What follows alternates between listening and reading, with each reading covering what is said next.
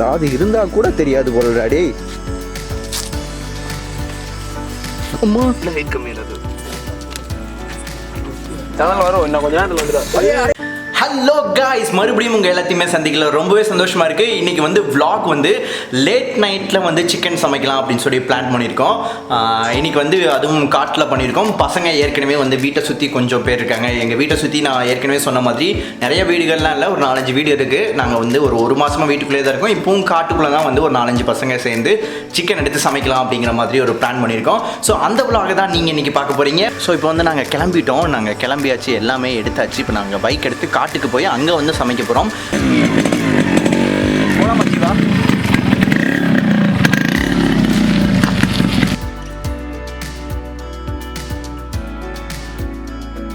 இப்போ வந்து இலைய இருக்க வந்திருக்கோம். ஸோ வந்து நைட்டு சாப்பிட்றதுக்கு பிளேட்லாம் நாங்கள் கொண்டு போக மாட்டோம், இலையில தான் வந்து சாப்பிட போகிறோம். சைடு 2 சைடு பார்த்தீங்க அப்படின்னா ஃபுல்லாக காடு தான், எதுவுமே இருக்காது. உங்களுக்கு சுற்றி வேணாலும் காமிக்கிறேன்.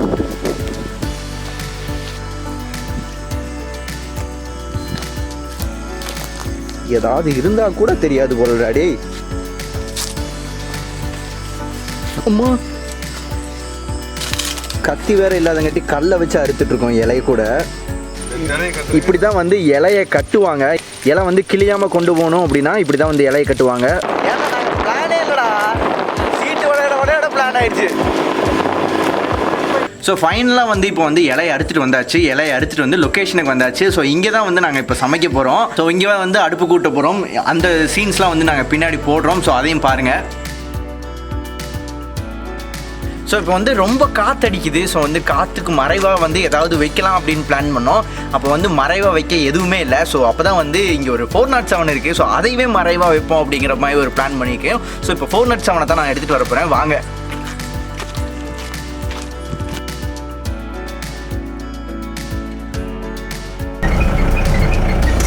ஒன்றும் இல்லைல்ல? இல்லைண்ணா.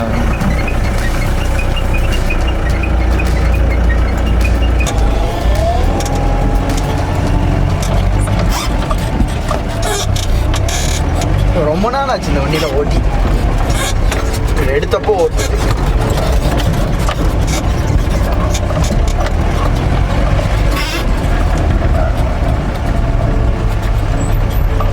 எங்கடா நிப்பாட்டுறது?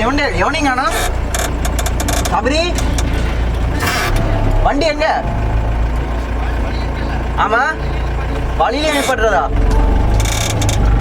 ஸோ வழியிலே நிப்பாட்ட சொல்றாங்க, யாரும் வரக்கூடாது அப்படிங்கிறதுக்காக.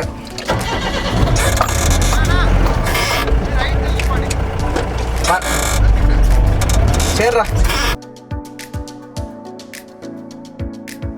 ஸோ இப்போ வந்து பார்த்தீங்க அப்படின்னா வேனுக்கு பின்னாடி கொஞ்சம் தான் வந்து எல்லா காய்கறிகளும் வெட்டிட்டு இருக்காங்க. வெங்காயம் ப்ளஸ் வந்து தக்காளியை வெட்டிட்டு இருக்காங்க. ஸோ இது முடிஞ்சதுக்கப்புறம் கிரில்ல வந்து எப்படி மசாலா சப்ளை பண்ணுறது, என்னென்ன மிக்சர் போடணும் அப்படிங்கிற விஷயத்த காமிக்கிறேன்.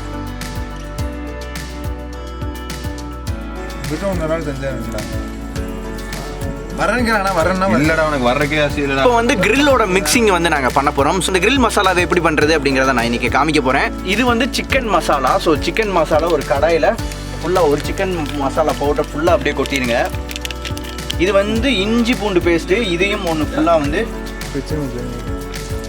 இஞ்சி பூண்டு பேஸ்ட்டும் போட்டாச்சு. இது வந்து கார்ன் பவுட்ரு. ஸோ கார்ன் பவுடரும் வந்து கொஞ்சம் இருந்தால் தான் கிறிஸ்பினஸ் வந்து அதில் ஆட் ஆகும். ஸோ கார்ன் பவுடர் கண்டிப்பாக வந்து போடணும். வந்து கரம் மசாலா. ஸோ கரம் மசாலையும் கொஞ்சம் வந்து அதில் ஆட் பண்ணணும். அப்போ தான் கொஞ்சம் ஸ்பைசினஸ் ஃப்ளேவர் வந்து இது கொடுக்கும்.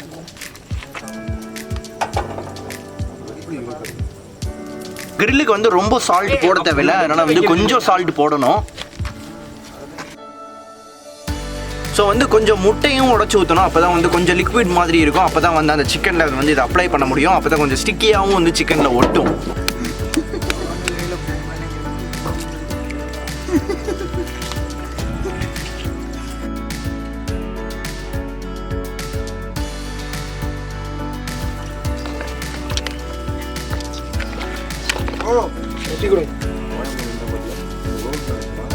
ஸோ இதில் வந்து மிக்ஸை வந்து தடவியாச்சு. கிட்டத்தட்ட 1 மணி நேரத்துக்கு மேலே இது ஊறணும். இது ஊறினதுக்கப்புறம் வந்து நம்ம எடுத்து அந்த கம்பியில் சொருகி எப்போவுமே கிரில் எப்படி கிரில் பண்ணுவாங்களோ அந்த மாதிரி பண்ணிக்கலாம். இந்த மாதிரி குழி ரெடி பண்ணி இந்த இது மேலே தான் கம்பியை வைக்க போகிறோம். இதில் வந்து கிரில்லை வந்து சொருகி கீழே வந்து டீ போட போகிறோம். இந்த இடத்துல வந்து பார்த்தீங்க அப்படின்னா குழம்பு வைக்கிறதுக்காக இங்கே ரெடி பண்ணிட்டு இருக்காங்க பசங்க.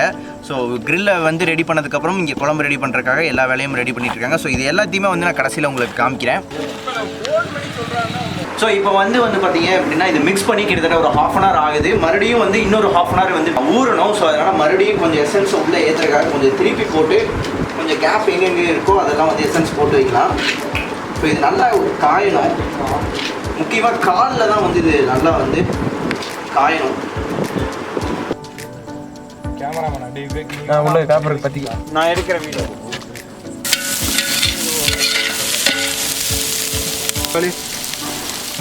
இந்த கம்பியில் தான் வந்து கிரில்லை வந்து நம்ம உள்ளே ஃபிக்ஸ் பண்ண போகிறோம். ஃபிக்ஸ் பண்ணி கம்பி எங்கள்கிட்ட வேறு எதுவும் இல்லை.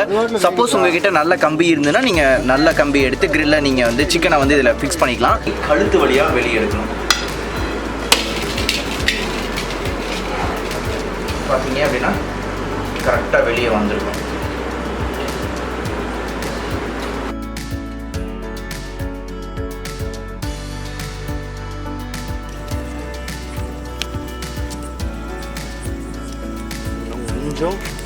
கடல் வரணுமா? ஆமாம்.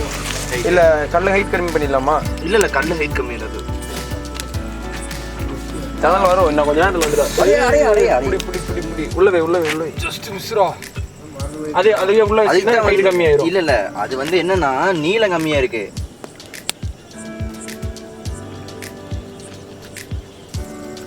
இப்போ கிரில் வந்து பாதி வெந்துருச்சு. ஸோ இன்னும் ஒரு 20 மினிட்ஸில் வந்து அந்த கிரில்லை எடுத்துடலாம்.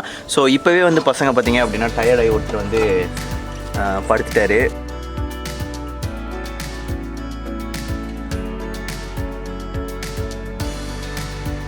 ஸோ கைஸ் வந்து கீழே வந்து எப்போவுமே தணல் இருந்துகிட்டு இருக்கணும். லைட்டாக தான் தீ வந்து எரியணும்.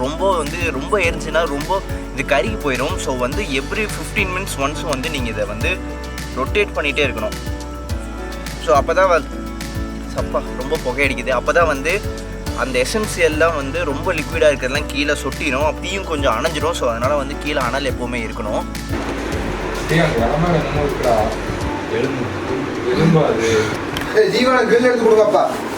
கிரில்ல எங்கே எல்லாம் முடிஞ்சுது.